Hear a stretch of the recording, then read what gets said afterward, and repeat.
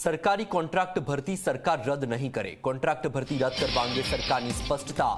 Social મીડિયામાં ચાલતા સમાચાર અંગે સરકારની સ્પષ્ટતા. કોન્ટ્રાક્ટ ભરતીના સ્થાને કાયમી ભરતીના સમાચારમાં કોઈ તથ્ય નથી.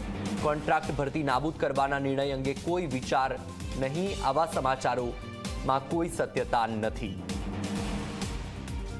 વધુ માહિતી મેળવીએ સંવાદદાતા હિતલ પારેખ પાસેથી. હિતલ, સરકારી કોન્ટ્રાક્ટ ભરતીને લઈને જે સમાચાર વહેતા થયા છે તેને લઈને સરકારે સ્પષ્ટતા કરી છે કે આ મુદ્દે કોઈ જ વિચારણા નથી. શું માહિતી?